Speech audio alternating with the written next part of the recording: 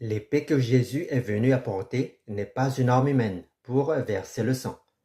Réponse à un philosophe qui a comparé l'épée de Jésus aux épées du Coran.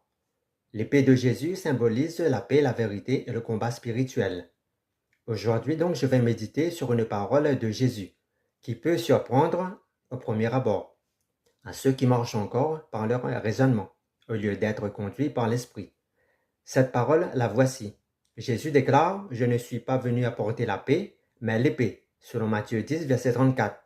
Et en s'appuyant sur ce verset, ce philosophe a fait une comparaison entre le christianisme et l'islam, en sous-entendant que Jésus aussi incite à la violence. Cette épée de Jésus n'est pas une arme humaine pour verser le sang. Elle nous révèle la profondeur du combat spirituel et intérieur que chaque disciple est appelé à vivre. Premièrement, l'épée qui divise.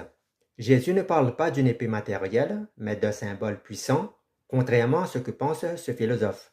L'épée de Jésus est un symbole puissant, celui de la vérité, tranchante et pénétrante de sa parole. L'épée de Jésus ne tranche pas la chair, mais l'orgueil, l'ignorance, le mensonge au sein même de notre cœur.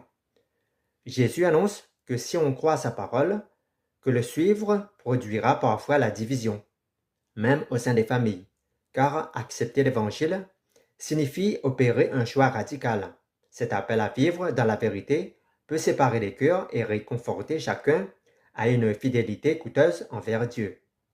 Deuxièmement, l'épée comme parole vivante et guerrière. L'apôtre Paul nous enseigne que cette épée est l'épée de l'Esprit, qui est la parole de Dieu selon Éphésiens 6, verset 17.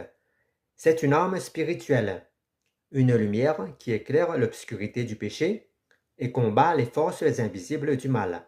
Elle ne coupe pas la chair, mais pénètre l'âme, distinguant ce qui est bon et mauvais, ce qui est juste et faux. Les djihadistes imposent l'obéissance et la vérité coranique par des lois et des armes humaines, alors que l'épée de Christ est une arme que Dieu nous offre pour combattre non pas des ennemis physiques qui se trouvent dans le monde, mais pour combattre des ennemis spirituels qui nous combattent à l'intérieur même de notre cœur. Troisièmement, le rejet de la violence humaine.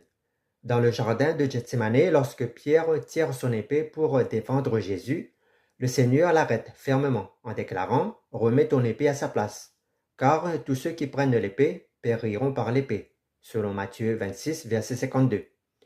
Jésus rejette la violence humaine à l'image de l'agneau qui n'est pas une bête féroce, préférant le renoncement à la mort sur la croix qui est la véritable victoire sur le mal. Jésus n'est pas